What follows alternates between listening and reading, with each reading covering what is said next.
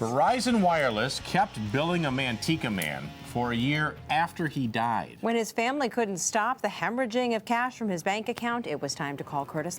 When this family was trying to stop the bills and get their money back, ironically, they could not seem to get through to this communications company. I got really upset, but it's a good thing she was up here with me to help me Because at 83 years old, Alice Terry says she could not have handled the stress. Her daughter, Kathleen Lafferty, stepped in to stop Verizon from taking money out of her son's credit union account. She bought the phone for Stan in 2005. This is my son. Alice's son, Stan, died in December of '09. And when he did, Kathleen went to a Verizon wireless store, showed them her brother's death certificate, and closed his account. He never used the phone the last 2 years of his life. He couldn't. He couldn't hold anything. He couldn't feed himself. He couldn't do anything. Yet, despite closing the account in January of 2010, Verizon continued to pay itself by taking money out of Stan's account using autopay.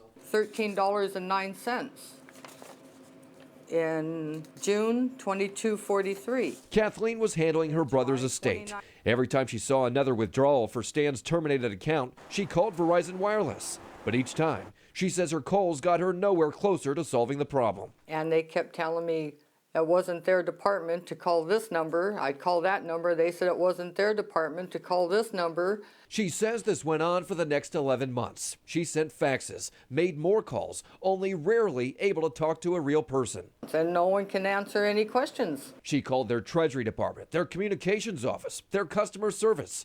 Yet payments kept coming out. June 2243. Finally, in September, they closed his credit union account out of desperation, then called us. I don't even want to deal with them anymore. We got in touch with Verizon's corporate office. They investigated, saying it sounded like a disconnect between billing and Stan's credit union. 4 days later, it all became crystal clear.